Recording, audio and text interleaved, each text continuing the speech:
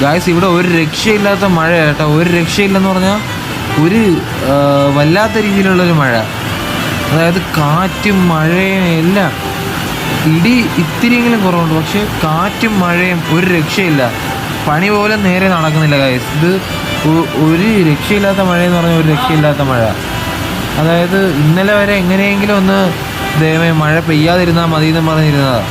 ഇന്നിപ്പോൾ ഭയങ്കര ഇന്നാണെങ്കിൽ തട്ടിൻ്റെ പണിയും കൂടെയാണ്. അപ്പം നല്ല രീതിയിൽ മഴ പെയ്യുവാണ്. പിന്നെ അതും കൂടാതെ ഒടുക്കത്തെ കാറ്റെന്ന് പറഞ്ഞാൽ അങ്ങേയറ്റം വലിയ കാറ്റ്.